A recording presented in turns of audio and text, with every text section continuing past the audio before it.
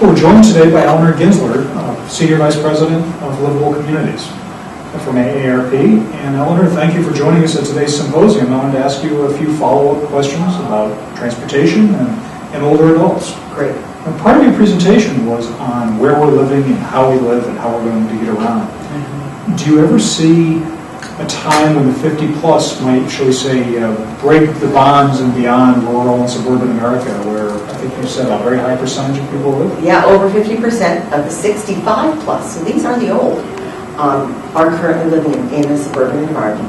And it's an interesting question. I do think that sheer demography can play a role here. The 65-plus are not the boomers. Those of us in that boomer age cohort, all 78 million of us, very likely have the possibility of doing it differently. Now, that said, where did we grow up? Mostly in those suburbs and less likely in those urban areas. So this would require for us changing that mentality, deciding we don't want to stay where we are for as long as we possibly can, and instead think about relocating. It's a question that I think will be fun to watch as these years go on. So change is hard for any of us at any age. Do you ever see a time where the boomers might pick up and leave? You know, here's one thing that we've noticed from the research we've done over the years, and I see no reason why it would change.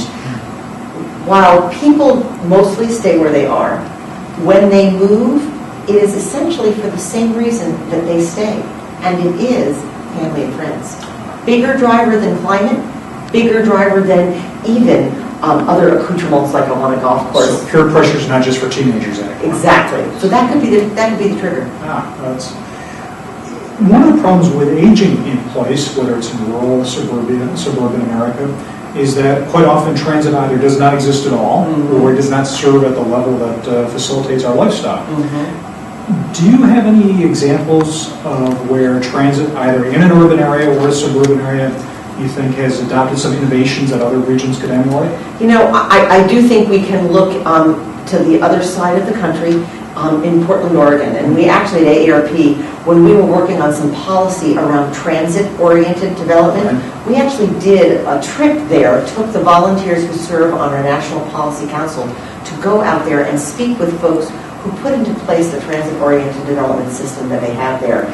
It is working for a variety of reasons. Most importantly, they looked at it regionally as part of their comprehensive planning process. So they've been committed to this for the long haul, for over 20, almost 30 years already, and the plan goes forward. So it takes a comprehensive approach, not just a quick fix. Absolutely. They also are looking at it not just about transit, but multimodal systems. So people still drive, but they don't only drive. They drive, they use a bicycle, they walk, they take the streetcar, they take the bus rapid transit, they take the high-speed line out into suburbia. Sounds like our European friends, but on the West Coast. Yes, it is. Yeah. So I think there are some models. It does require buy-in from the public, buy-in from the policymakers, and buy-in from the business community. You know, transportation reflects and reinforces our lifestyle. And one of the things that we tend to do as we approach our 40s, 50s, and beyond is caregiving. Taking care of another loved one, be they a spouse or an adult elderly parent. Does caregiving and transportation, do those two mix? Yeah, it's actually pretty amazing. I'm not sure everybody would normally think that, but it is absolutely true that the issues around transportation are issues that caregivers are dealing with on a daily basis.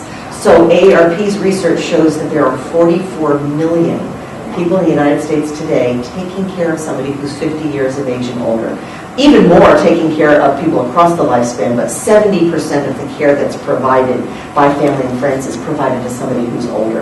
And most of the care that's given in this country is given by family and friends.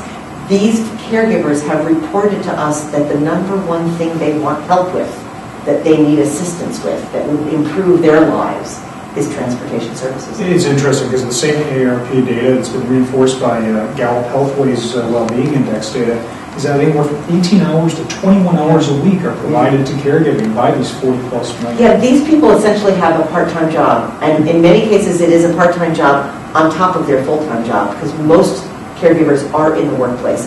It's impacting their bottom line in their paycheck, and it's impacting the bottom line of American businesses because they're not at work.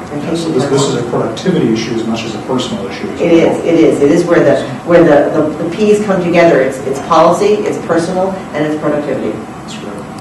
Well, part of the theme of the event that I have to note that AARP is kindly sponsoring along with the new U.S. Department of Transportation and others is on technology and the convergence of the new, shall we say, with the convergence of the older driver. Mm-hmm. And the driver safety program at AARP has been a success for many decades.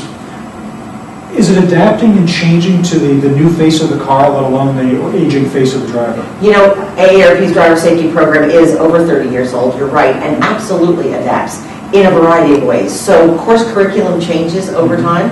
When it was first offered 30 years ago, you couldn't find the word anti-lock brake system anywhere because there was no such thing. And most of us didn't even know where to look when we heard about it. That's exactly right. And literally, as technology has helped, the work that's been done in the safety area that has us no longer holding our hands at 10 and 2, but now at let me see if I can do the clock right, 6 and 3, so has the course changed to reflect that. And basically, one of the purposes of that course is to keep people's skills fresh by teaching them about the new emerging parts of their vehicle. So the new technologies in the car are part of that curriculum course. We're also teaching that course using technology because it's no longer just a classroom course. So that almost 500,000 people that take this every year can either go to a class in person or can do it online. And you can find that on aarp.org? aarp.org/drive. Elinor Ginzler, thank you very much. Thank you.